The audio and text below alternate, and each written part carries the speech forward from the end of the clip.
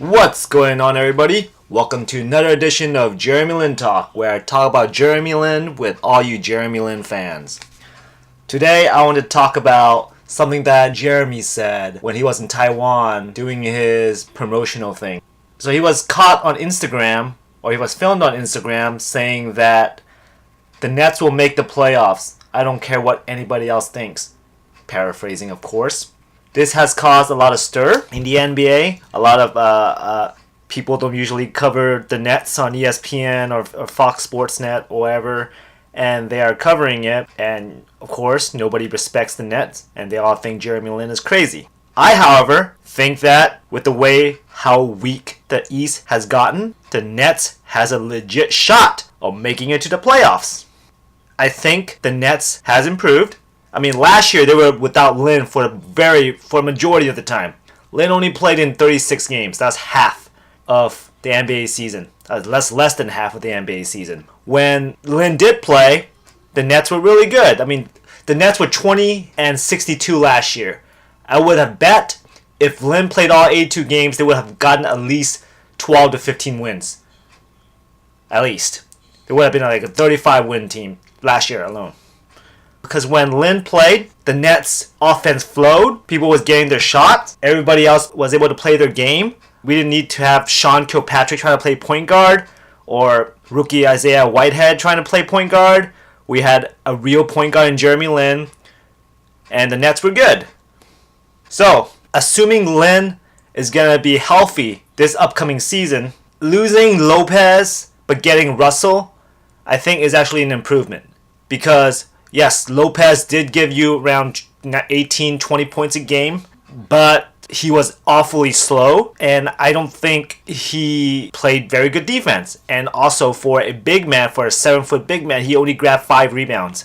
Now, Jeremy Lin grabbed 4 rebounds a game. A point guard grabbing 4 rebounds a game, only 1 less rebound than a big man like Brook Lopez. So I love Brookie, but I don't think he's the biggest loss. I mean, it would be nice to have him, but I would much rather have Russell than Brook Lopez. So I think the Nets have improved, considering if everybody is healthy. Now let's go over to the East. There has been a huge exodus of very good Eastern Conference players moving to the Western Conference.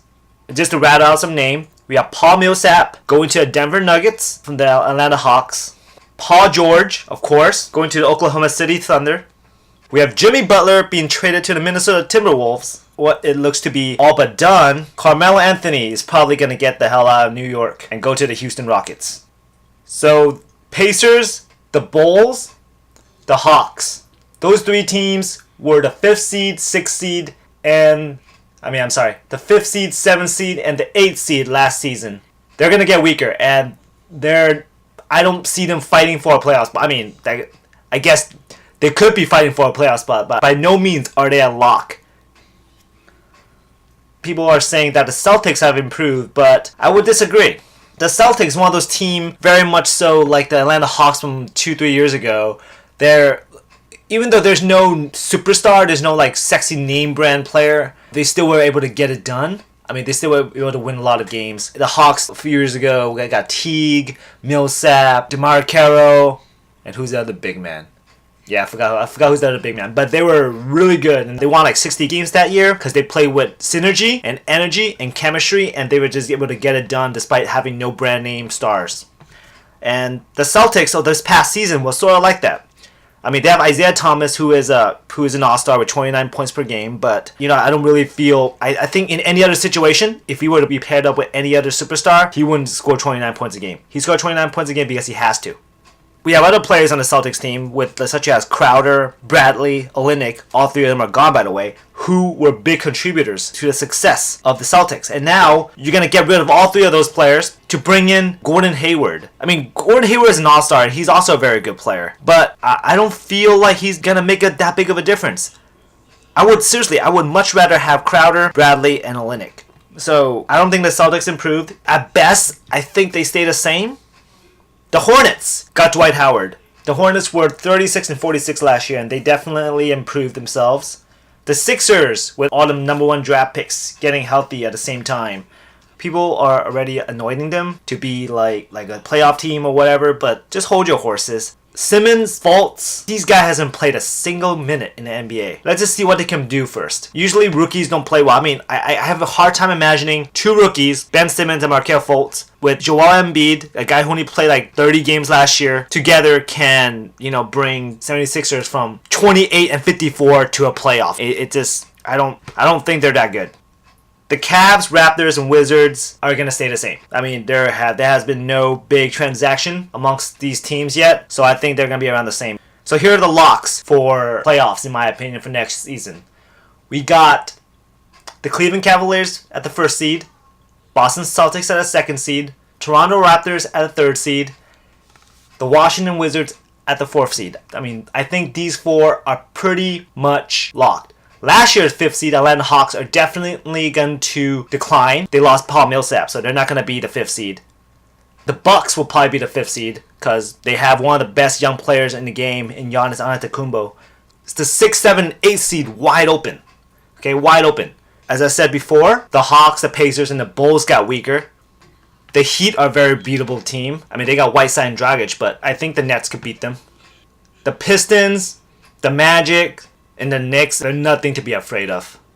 With this very, very weak East, I think if the Nets just play their game, like play the way that Kenny Atkinson wants them to play, this Nets team could very much be that Hawks team.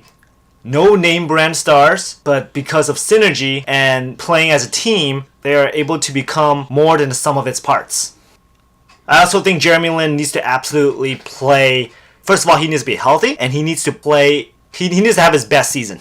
Better than the New York Knicks season, the Linsanity season. He needs to just ball out.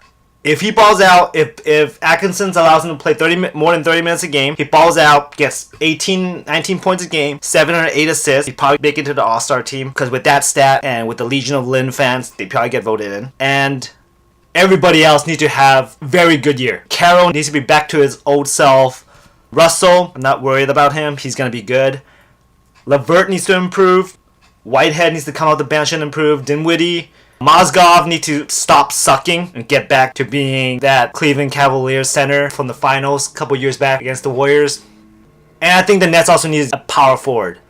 I mean, of course, if they can't get a power forward, in my last video I mentioned I want DeMar Carroll to start a power forward, but hopefully they can get JaMychal Green if they can still get him. I don't know what his situation is right now, haven't checked, but if they can get JaMychal Green, he's awesome. It'll greatly improve the Nets team. The 1st to 5th seed is going to be occupied by those teams I mentioned, but 6, 7, and 8, they're wide open.